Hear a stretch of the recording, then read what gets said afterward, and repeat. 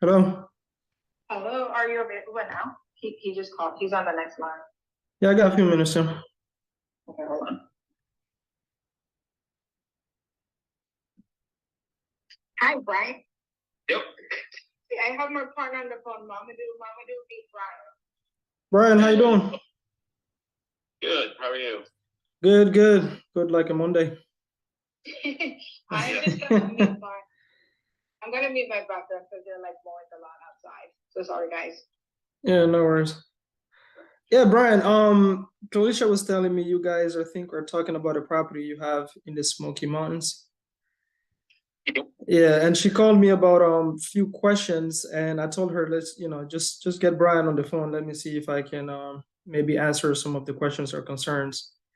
Can you catch me up to speed where you guys left off and what kind of questions you had? Yeah, so I've got it up for sale.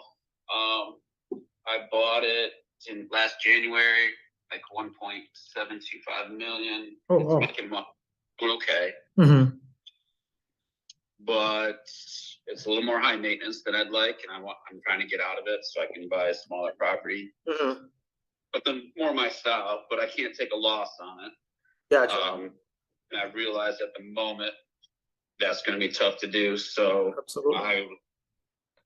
I was open to, if it sits for a year, Mm-hmm. I get lucky. Maybe the market turns this next summer into fall. And then you guys found me through Facebook, and she's talking about some kind of creative financing deal.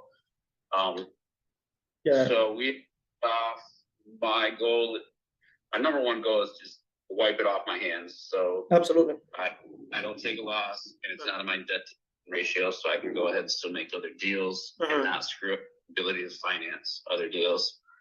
Yeah. I put $366,000 down, and that's kind of my number that I want to walk away with. I just want to walk away even. Okay. And I got to make sure that if we did do something creative, that my lender is not going to hold it against me, because the debt will still be in my name, but I'm not making the income. Mm-hmm. I got to make sure that's not going to hinder me making other deals. Yeah. So those are two sticking points at the moment. She's like, well, how about if you talk to my partner and see if there might be some details to talk about? Gotcha. Okay. So it sounds like you right now you have it listed with a realtor, then it sounds like. I do. Oh, I got you. Okay. And you said if you were to sell it for what you have it listed for, you'd be walking away with 166K? I'd walk away with 366,000. Oh, 366. Yeah, basically what I put down. I'd be walking away even. Oh wow, that's what oh my gosh. But you're right, for the purchase, and it seems like you bought it at a little bit of the height of, interest rates and stuff, right? Yep. Did you get conventional loan on this? It was an investment loan, so it was like 15% down. Oh wow. Jeez. Okay, and how many years did you get? 30. 30 years. Okay, and is a fixed interest rate. Interest rate is 4.25. Okay, and is it fixed? Yep. Oh, okay, got it. So are you planning on, for the new property you're gonna buy, are you planning on taking also a conventional loan, I'm assuming? Yeah, I will either do another investment loan with 15% down, or I will do a 10% down second home loan, depending on where I buy. Gotcha. Okay. Do you have any plans on buying like within the next 3 to 6 months, or is it like 1 year out, 2 years out? Well, this is off my hands. Mm-hmm. I'm probably looking 6 to 12 months out. So I don't have anything specific right now. Oh, got it. So you haven't found your next property yet? Correct. Okay, I got you. And it seems like real estate is not your full time, and I'm assuming. No, it's my side hustle. I'm a high school teacher. Oh, nice. That's awesome. Okay. I see why a 6 bedroom would probably be a headache for you if you're not full time. Gotcha. So you plan on buying like a smaller home? Yeah, I'm looking for a 3 bedroom. Got it. Okay. Okay, that makes sense. So I think she did kind of touch, just tell you a little bit how it would work, right? So it would give you a down payment on your equity take over the mortgage and then pay the equity over time, right? Yep. Got it. So I think she brought up that your main concern was, obviously you just brought it up to the DTI if you were to go get a new loan, and then moving forward, I guess getting more loans. Like, do you have plans on buying more properties after that? Yeah, I'm probably looking at wanting 2 to 3 more. Okay, got it. So here's the thing with this type of transaction, probably is the first time that you heard of it, but is nothing new. So technically, this is our primary acquisition strategy, by the way. So we buy a lot of property subject to, throughout the country. Primarily, most sellers that we buy with, though, they're buying the property maybe in a year or two. And if they're buying a property in a year or two, that never hindered their ability to qualify for a new loan, because even though we transfer deed and title and the loan stays on their name, we do have a track history of all the payments we've made through the servicing company. So we use the servicing company to make the payments every single month. We don't pay it ourselves. We use Madison Management. We pay them about like $17 a month to service all of the mortgages we have. Okay. And so when you go to get a new loan, from literally before yesterday, we had a seller qualify for the new loan. They sold us a property subject to a VA loan in Maryland, and they moved to Atlanta. And they wanted the new build, and they went ahead and they got qualified. The only thing the lender asked them is for us to prove that they're not responsible for the payments. And Madison Management sent them all the documentation that the lender needed, and that was it, right? But if you buy in tomorrow, we don't have any track history of any payments we've made except the payments you made, right? And so that's the reason why, if a seller is wanting to buy right away, what we rather do instead is still do the same type of transaction, which is just subject to, but we don't transfer deed and title. This is called an agreement for sale. So we do an agreement for sale. We keep the deed and title on your name until you go ahead and qualify for your new loan. And once you get your new loan, then we transfer deed and title. So if you plan, I'm doing that with another seller in Atlanta, where we're only transferring deed and title in March, because that's when they're qualifying for the new loan. And that's right around the corner, right? And so once they do that, then we transfer deed and title, just to avoid jumping through hoops on, hey, we need to provide document, because normally the lender want to see at least 2 months of payments up front, okay? We've done it also another way before. Like, we bought a property from a seller. They didn't have any plans on buying any property. But for some reason, when we closed escrow, something changed in their life and they wanted to buy a property right away. Like that first month, right? So what we did for them is we put a master lease in place. And in that master lease, we put 2 months of payments up front. So we paid them 2 months of payments up front. And they were able to show that to their lender, and their lender took off 75% of the debt to income of that loan from the debt to income ratio. And the second year, they always take 100% of it. Okay. So all the lender really need to see is a proof that you're no longer making those payments on this property. Like, just think about it the same way if you were to rent it right now and go and try to qualify for another loan. Well, the lender need to see proof that your tenant is actually, making payments. Right, and not you, right? It's the same exact thing. It's not different. The only thing here, the challenge is if you transfer deed and title and you're looking to buy right away, we don't have a track history, so you may have to answer more questions. Does that make sense? Like, the paperwork is a little bit more tedious, right? Gotcha. So I have options if I buy something soon, I have options if I buy something later.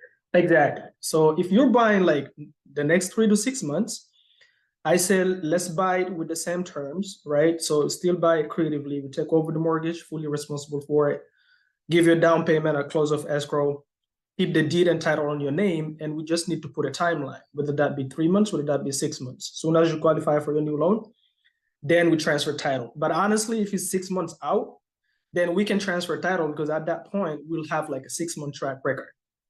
No lender can not qualify you because you sold your property subject to, because as long as you can prove that the payments you're not responsible for it, they have to take it off your debt to income ratio. At least part of it. So the first year is 75% and the second year is 100%. All right. So when I talk to my lender, the 2 terms I want to make sure she's cool with is subject to, and what was the other one? It's called an agreement for sale. Okay. Yeah, that's when you sell it subject to, but you don't transfer deed and title. Right. Now I can tell you one thing with the you've never heard of subject to transactions before, right? I have. I know a little bit. Okay. I'm learning as I go here. I think you should learn it. I think if you plan on moving, maybe buying more, like building a whole portfolio. I don't know how much you have yet, but putting 15 down on each property is tough to like scale, right? Right. So for us, subject to and seller finance is really how we can buy properties at a rapid pace. Here's a challenging thing with the subject to, right? And you can literally Google it. You can read a lot about it. There's a lot of information about it on YouTube. But when you go to a lender and you go, hey, I want to sell my property subject to, what do you think? Usually what do you think the lender is gonna say? I'm thinking they're gonna say no. They're gonna say hell no. They're not gonna say no. They're gonna say hell no. But they're a lender. For them, it's like, okay, if you selling this property right now, subject to, I am sure you're about to do the same thing with my loan. And I qualified you, I didn't qualify Mama. I didn't qualify whoever you sell it to, right? So when we're doing subject to transaction, the reality is most banks, they really don't care as long as the mortgage is paid on time. They don't care who's making the payments, right? They're in the lending business, not in the real estate business. But if you call them and ask them, obviously they won't say yes, because what they really want is pay us out so we can re-loan this whole amount again. It only makes sense, right? So that's the tricky part. So if you go talk to your lender right now, I doubt your lender will say, yes, go ahead and do it, even though you can do it. But I doubt they will give you that permission to go ahead and sell your property subject to, especially most of them. Like, again, I don't know if you're talking to the lender's broker or the underwriter. The underwriters, they understand this type of thing because they're the ones, the underwriter, like usually if you have to jump through hoops, you better talk to the underwriter because they make the decisions anyway.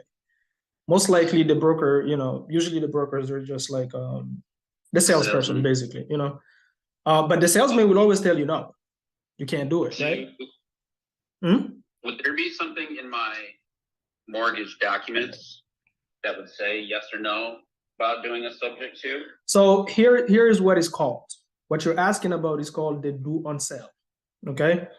There is a term called a due on sale when you sign a mortgage with whatever bank. That means when you sell the home, normally the mortgage is due. That means the bank, they have the right, not the obligation. They have the right to call them if they decide tomorrow. Let's say Wells Fargo find out, which by the way, they never do. Why? Because they're too busy. You think they don't have time to sit down every single day and go on, oh, which loan is being tracked? They don't do that, right? We own hundreds of properties, and trust me, if this was an issue, we wouldn't be buying real estate. But the risk is there, so that tomorrow Wells Fargo can decide, hey, Mamadou bought the property, we just found out for whatever reason, okay? And we're gonna call the note due. Guess what? Even if they decide to do so, is easily solvable. That happened to us only once, and we've done hundreds of transactions subject to. And the reason it happened is because it was a small community bank. And the small community banks, if you know anything about them, you can literally talk to the president if you wanted to. Right. And so those people, they're more hands-on their loans and whatnot. So when they found out, they called the note due. Here's what we did. We literally just deeded back the property, the deed to the seller, and we bought the property back from the seller like the next second on an agreement for sale, and the problem was solved. Because they can't really foreclose on you if they gave you the loan. Like, they cannot force you to pay it out right now when they gave you the loan for 30 years. Right. That's one way. So even if it happens, it's really not that big of a deal. So it's called the due on sale. But secondly, also we have an actual insurance company, and we pay them on every single transaction. I think it's about 5 or 7%, right? You pay them, and if you do a subject to transaction, and let's say hypothetically, for whatever reason, the bank find out, right? And they decide, hey, we're gonna call the note due because we didn't finance you or whatever. We need the whole amount paid off, right? and you call them, you say, hey, I'm paying the mortgage on time. Can you guys just forget about this, right? And they say, no, we're still gonna push forward and foreclose. Well, what's gonna happen with that insurance is they will pay out Wells Fargo, for example, and now we owe them the money. So now we'll be making payments to them, right? So we put that layer of protection in place as well. Secondly, another layer of protection for you, at the close of escrow, we have what is called the deed in lieu of foreclosure, depending the state. In Florida, for example, they don't like that. In Maryland, they call it the deed of escrow. So it's basically just a document with performance language in it that states if we ever, let's say we take over the mortgage, your mortgage, okay, and we're making payments for a whole year. What that language states is if we ever miss 30 days of payments, on the 31st day, Madison Management will send you a message saying, hey, the people that you lended money to, they didn't make the payment, we're sending like a late fee. They'll charge us a late fee. On the 32nd day, if we still don't pay, you can call Madison Management and enforce the deed of escrow. So it's a document, we pre-sign the deed, it stays in escrow with the servicing company or the title company. You enforce it and the property will revert back to you and you just restart making those payments. Does that make sense? And I just basically take back over? Yes. Which never happened before, but we do put it in place as well as an extra layer of protection. But that's the only thing you need to worry about on the subject too, is this boogeyman people call the do on sell clause. You can literally Google it, which never happened, by the way, but is there. It's like they do have the option if they wanted to, they decide to do. But the only banks we don't do subject to transactions with are small community banks. Small community bank, we do strictly agreement for sale. Like we don't transfer deed and title, if that makes sense. But big banks, nothing to worry about. All right. I left my notes at home, but I was talking with her last night. And she was coming up with some preliminary terms. Mm-hmm. Found like 100,000 down. Mm-hmm. Then, depending on what we talked about today, it's not. We have some potential options for getting the rest of that money. One of my questions was, what if in like a year the market turns and it's just like, hey, I want to be gone totally off my credit history, just totally gone. Like, how is there an early out? You're kind of breaking up a little bit. Can you repeat that question? We talked about 100,000 down, right? And you could talk about today different term options to get the rest of them, right? And I brought up the thing. Well, what if the market kind of turns in like a year, year and a half? It's just like, I want the property gone. I want nothing to do with it. It's just totally off my hands, off my credit report, everything. Right. Is there an early opt-out option? Okay. Kind of thing? That's you're referring to if aliens came down crashing and this market is like a shit show. That, or maybe it's just I want nothing to do with the property on my credit history and that's gone. Right. If that option. Yeah. The market was for that. Is there an early out? Yeah, there is. So here's the thing. Number one, when we buy this way, by the way, you have nothing to do with this property anymore, by the way, except the mortgage being there and we're making the payments on time. I mean, not us, but Madison Management, and you're getting the credit for it, right? Because is on your credit. But here's two scenarios where this mortgage goes out in your name, from your name, okay? One, on average, every single property we've bought, every 5 to 7 years, we've always refinanced if the market is good, because we don't like to leave equity on properties because we're still growing, and so we always pull out the equity and buy more real estate. Okay, so that's one way it goes out of your name. The second way, on average, every 5 to 7 years, we're always looking to liquidate some assets. So when we sell it, obviously you get paid out, right? Here's the reason why we don't make promises that, hey, in 2 years, we'll take your name out of, again, most sellers really, once they understand this thing, is like, what is there to worry about? Because it doesn't stop you from buying under the property. It doesn't stop you from qualifying for another loan. Thirdly, we are making the payments, you getting the credit, but guess what? We're invested into this. Like if we came in here and gave you 100,000 down, and we pay closing costs and you know, whatever improvements we make to the property, and we're paying the mortgage for like three years or whatever. Like we have money sink into this thing. Like we have skin in the game, right? And so there is no sense for us to let anybody come and foreclose on us for you know, missing mortgage payments, right? But you're right, anything can happen. We can get abducted by aliens, right? And that's the reason why we put that deed in lieu in place, is for if we ever get abducted by aliens, all you need is 31 days and you can get that property back. You can sell it, re-rent it, whatever. You keep all the money we gave you and all the payments we made along the way, right? Here's the reason why we don't make a promise of, hey, we're going to cash you out in 5 years or in 3 years, meaning taking your name off the mortgage, is because both you and I, we don't know what the market is going to be at that point. Right. And so if the market is bad, like it is right now, like this market is bad as far as interest rate is concerned. And so if the market is this way, we don't want to be in a position where we're liars, because we're not going to refinance in a bad market and put ourselves in a really bad position where now we're negative cash flow, we're bleeding money. You know, most lenders backed out from the market right now. They're playing, you know, defense. They're waiting on the corners. And so because we don't know all that unknowns, we don't make that promise, but the option is there. We would actually love that. Like right now you have, you know, your interest rate right now, if interest rate goes way down to like, we can get interest rates at 2-3%, like we refinance that thing tomorrow, right? Gotcha. And so the option is there. And we never, honestly, so far as I can remember, I don't think there is any property that we kept longer than 7 years without refinancing or selling it, as far as single family is concerned. We do also buy like bigger units, like 50 units and up. And those we keep way longer. But even those, guess what? Just this past week, 250 units subject to and partially seller finance. You know what I mean?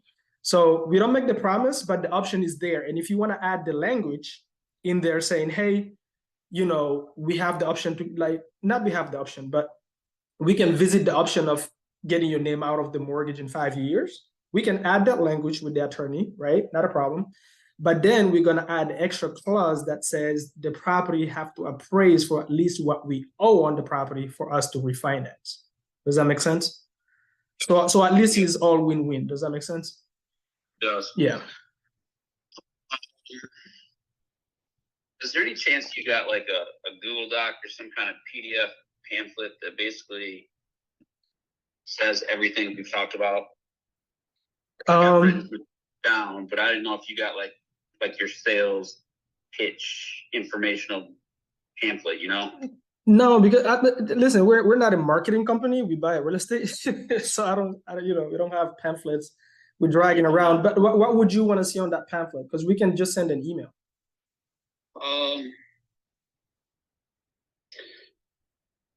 Let me go home and put my 2 notes together. Okay. And process a little bit. Absolutely. And then I'll have a list of questions. Please do, yeah. I mean, obviously this isn't the traditional way of doing things. And I don't have to get rid of it. It's not my first option, but at the same time. Yeah, we're always in option B, by the way. We're never option A. So this is in case it doesn't work out on the market and you're like, hey guys, you know, I'm ready to do something. Then this would be a great option, right?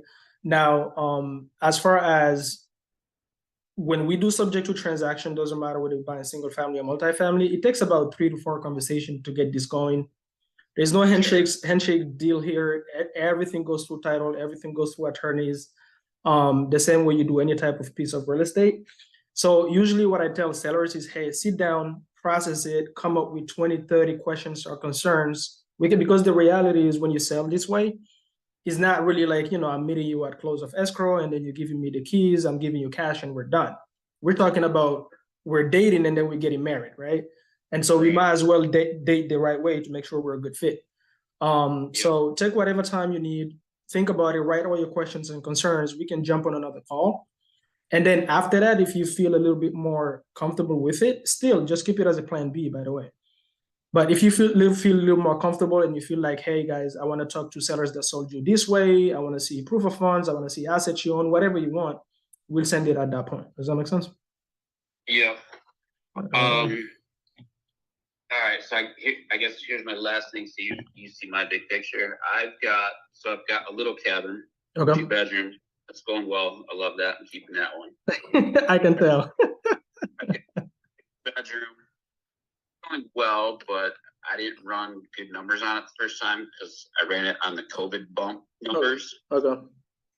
I screwed up. So it's making money. It's just not as much as I thought. Okay. So between that and the headache, right. Kevin's, I'm looking to jump out.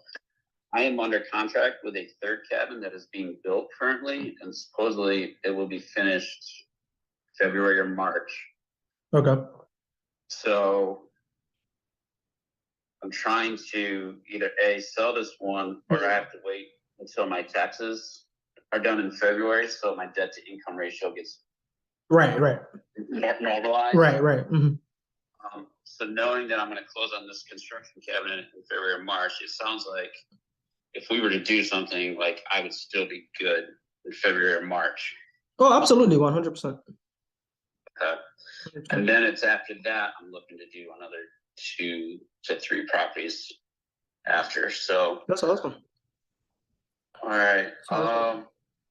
Yeah, once we cross the bridge of questions and concerns, then we really get into the numbers. Because at the end of the day, even for us also, we got to look at, what is our potential cash on cash return based on our entry fee, right? Cash to you, closing, whatever improvements we need to make to the property, and see if it makes sense. So, but we don't like to sit down and do all of that until we at least, know, okay, maybe we might be moving forward with something. Right. Do you guys, would you keep my cleaner on? You got your own team? Do you shop for new cleaners? You say cleaners? Yeah. No, we have a whole in-house team. Gotcha. All right. Is it a company you own, or did you outsource it? I outsource it. Oh, okay. Family owned. Yeah, we have in-house management, so we let them handle that side of things. Gotcha. And I do at the moment, assuming I don't sell it, I have a week in July. I was going down there for a little family reunion. Okay. I would assume we could negotiate that in, or I could still have what? a couple of. Hello? Oh, still there? Oh, okay, sorry, you cut off. Repeat that. So I've got a family reunion I was going to have down there for about 4 or 5 days in July. Okay. I assume if we did something, I could negotiate that in. Absolutely. Here's a great thing about creative finance, brother. Like, we can skin the cat however we want, right? As long as it's in the paperwork and we all agree to it, we can. If you say, hey guys, every time I come down here, you need to take me to sushi, we have to do it. The reason I'm bringing that up is because one of my partners, Pace, he had a seller. So we bought this property as an Airbnb. Like, it was a 1.2 million, I think, and it was a seller finance. And one of the conditions of that seller, it was in Atlanta. She was like, if ever so she sold it because she don't need it. It was like a vacation home for her. So I think she got like 100 grand down, something like that. She just wanted to free up some cash and she owned it free and clear, right? So it's like, I will do it as long as every time I come to Atlanta, you take me out to dinner. And I promise you, they added that in the agreement. And every time she comes to Atlanta, Pace have to take her to dinner. Okay, so that's how flexible it is. Whatever we agree upon and it makes sense and it's not putting anybody in a bad position, and we put it in writing, all good. It's super flexible, not a problem. All right. Is there an email or that I can email you guys at? Absolutely, yeah. I'll text Keleisha because I'm on the move right now, and she can send it to you. We have an email.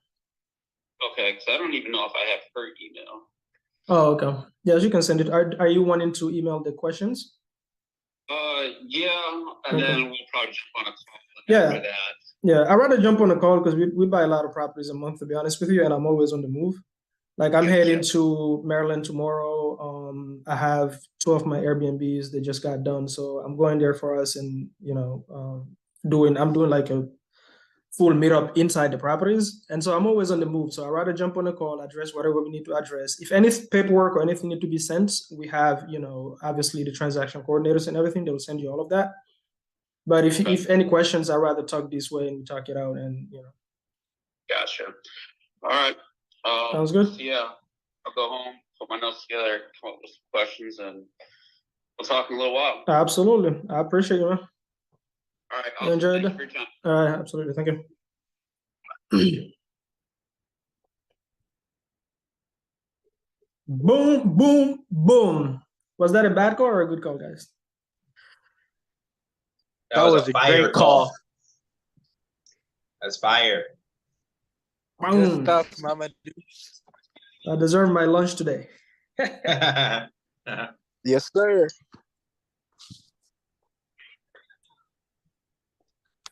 Thank you for recording, David. Yeah. This is a Airbnb in the Smoky Mountains. It's already performing, so hopefully we can get this bad boy. And the guy, was this a JV lead? Yeah, he's from a sub 2 student. I'm helping her talk to the seller. She was stuck with questions and concerns he has. She already owned one over there.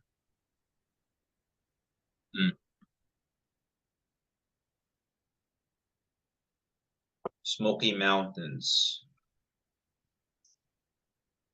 It's in Tennessee, right?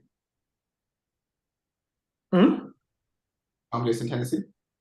Yeah. I don't know what that. Let me see. I don't. Is it? Yeah, it's Tennessee. Yeah, Yeah. It's nice. It's a really nice 6-bedroom. But the thing is with this guy, he's not full time. Oh, please tell me we recorded this, bro. We did. Oh, it's still recording. Oh, still recording. Okay. I recorded it to my computer. Yeah, it's still recording right now. Yeah, forward it to me when they send it to you.